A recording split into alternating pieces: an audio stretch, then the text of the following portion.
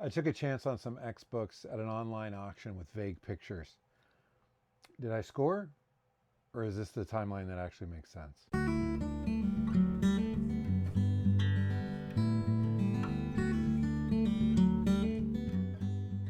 Hey, welcome to my comic diary. I'm Brad.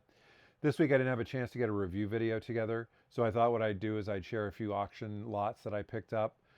They're from a local auction house that does online auctions. They're not really a comic or even collectible specific auction house, but every once in a while they do have a comic auction. And they usually have poor to medium pictures. It's hard to tell condition, and the lots sometimes are kind of screwy. But in this one, they did have a few mostly X-Men related lots that I thought I got for a pretty good deal. So what we'll do is we'll flip through the books, and at the end, I'll tell you what I paid for them, and you can either shame me or praise me in the comments. So let's get started. The first lot I bought was a set of 8 Uncanny X-Men books, including 83, which I needed for my run. It's a reprint of 35 with Spider-Man from 1973.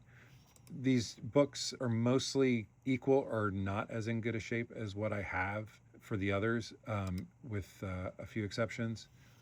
117's First Shadow King, 130 First Dazzler. I have this, but in significantly worse condition, so I'll keep this and sell the lower condition one.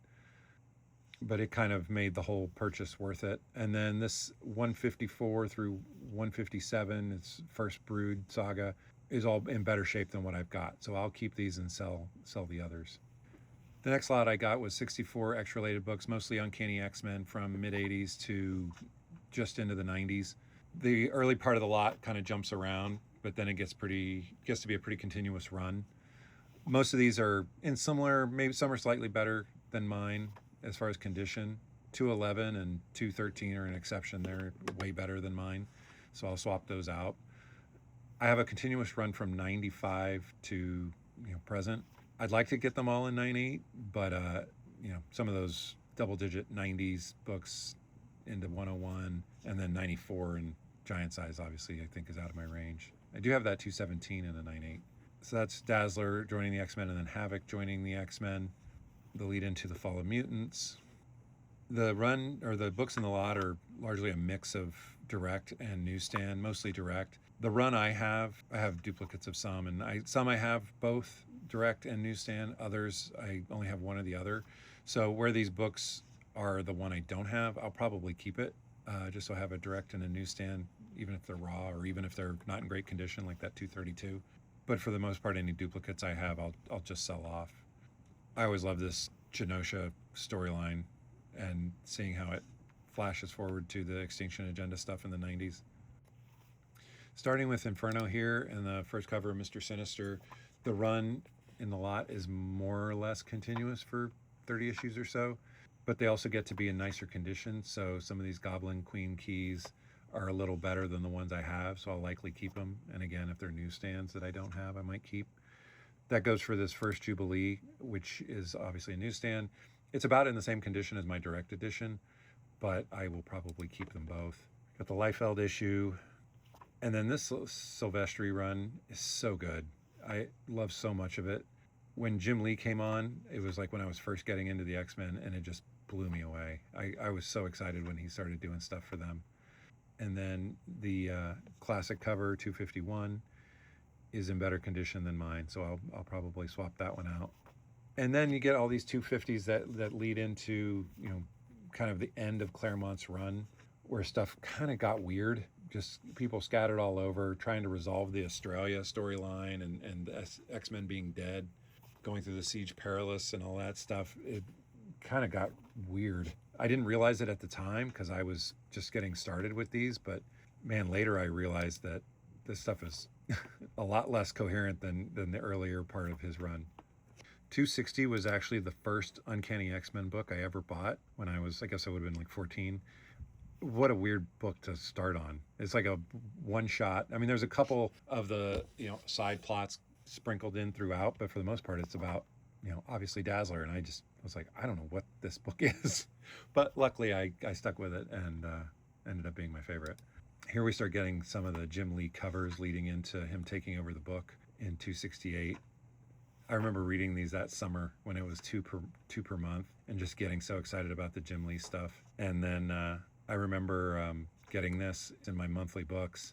The one I have somehow graded out as a 9.8. So I have this in a 9.8, so I'll sell this one, and hopefully this one will mostly cover the cost of the lot. It's got one tick in there. I'm hoping that it won't make 9.8, but hopefully it grades pretty high. And then when Jim Lee came on, I was just done. I've got that in a 9.8, so I'll sell that one. And then first Savage Land Rogue is classic. Art Adams is probably my favorite artist, even more than Jim Lee. Always glad to have more of these. This Annual 14 is in better condition than mine, and so I will probably keep this one and sell mine. This Heroes for Hope isn't in great condition, but it's a newsstand, so I'll have to decide whether to keep that. And then I have these in better condition, although I don't have the Untold Story as in newsstand. And then a trade, which is cool. I've got the raw book, so I'll probably pass that along too. So that's the Uncanny X-Men lots I picked up. Now we'll take a look at the Wolverine ongoing lots that I got. So the Wolverine lot, I have a complete run of this except for a couple later issues in the hundreds. So all of these will either be upgrades or get sold off. I have one in a direct and a newsstand, so this one, I don't know. It might be better than my direct, so I might keep it. Some of these back covers on these early John Buscema issues are so good. You got Sienkiewicz and Nolan, Byrne on that first issue, Barry Windsor Smith, who I was always a huge fan of, pre-Weapon X, John Bolton, and then you got McFarlane. I don't know why 7 doesn't have a back cover. This is a newsstand, so maybe the direct does, but I don't know if that's the case for the direct. Number 8 is, I have this in really high grade. I haven't graded it yet. I might send them both in and then just keep the higher grade and hopefully hoping that it's a 9.8, and then sell off the other regardless of what grade it gets. And you got Liefeld on the back cover. Issue 10 with a Sienkiewicz cover and a back cover. And then we stop with the back covers and just continue on until we get to the start of the Byrne run, which is coming up, which is right here, classic cover. Again, these are all kind of comparable within a point of each of what I have. Like some of these might be 9.2, I might have a 9.4 or the reverse.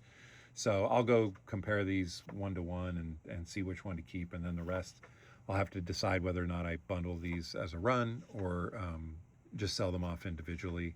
Get some Jim Lee covers after the Byrne run, which are great. And then you've got this classic cover by Jim Lee. Seeing this one and the Byrne and the early issues, I was like, all right, I'm going to go for this lot. And I feel like I got a pretty good deal, but we'll talk about it at the end, and you guys can let me know what you think. And that's it. Okay, that's it. So I feel pretty good about it. I think there's quite a few books in there that are upgrades condition-wise over what I have in the collection already. And the rest I think I'll be able to sell to at least break even, hopefully do a little better than that, and just further fund the hobby.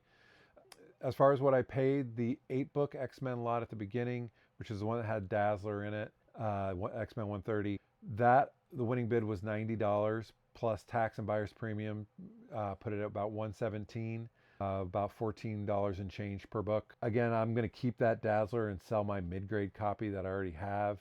So hopefully I can end up breaking even on that lot.